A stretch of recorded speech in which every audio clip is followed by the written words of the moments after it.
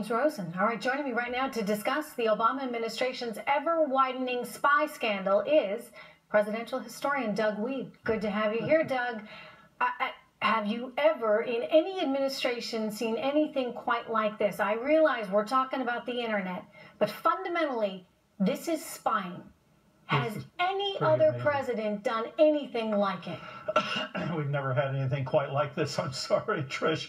I hate to bear that news, but it's not only scary, it's sad. The sad thing is that they expected Hillary Clinton to win the election, and we would never know this. We would never be told this. Hillary Clinton, when her husband won election, she appointed her best friend to head up the IRS, Margaret Milner Richardson, and they went after the Clintons' enemies. Just imagine what would have happened in America if Donald Trump had not won. Now, you'll hear people, Trish, I see them on TV arguing, and they'll say, I don't care. If the government reads my emails, if they listen to my phone calls, I have nothing to hide. That is a stupid statement.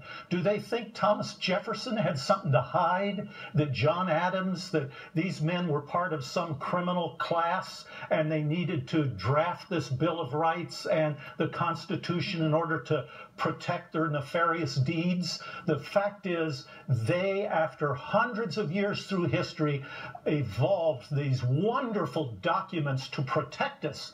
Because once the government zeroes in on someone and hears something and thinks something, they can get you. But I'm going to stop you there because I'm just wondering, how do we deal with this in this type of environment where these terrorists are connecting online?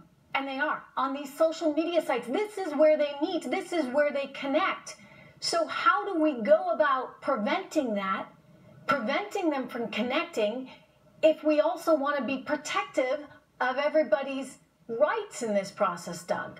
We go after the terrorists, and Donald Trump has said that, but we don't go after James Rosen, who you just interviewed. I know, and he was I was targeted. just saying that. He sure was. He was part of this.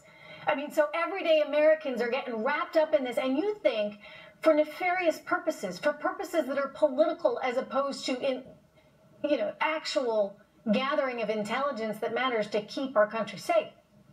You know, hundreds of years ago, Cardinal Richelieu made this extraordinary statement. He was a great prosecutor. He said, give me 9 lines written by any man, and I can have him hung as a criminal. And if the government targets you and it collects all this data, it can find something and it can hurt you. So what we need to protect ourselves is from a government that uses its intelligence for political purposes. I agree. Let's go after the terrorists. Don't hold anything back. But let's not go after James Rosen because he happens to have a different political view than the person in power. Well said.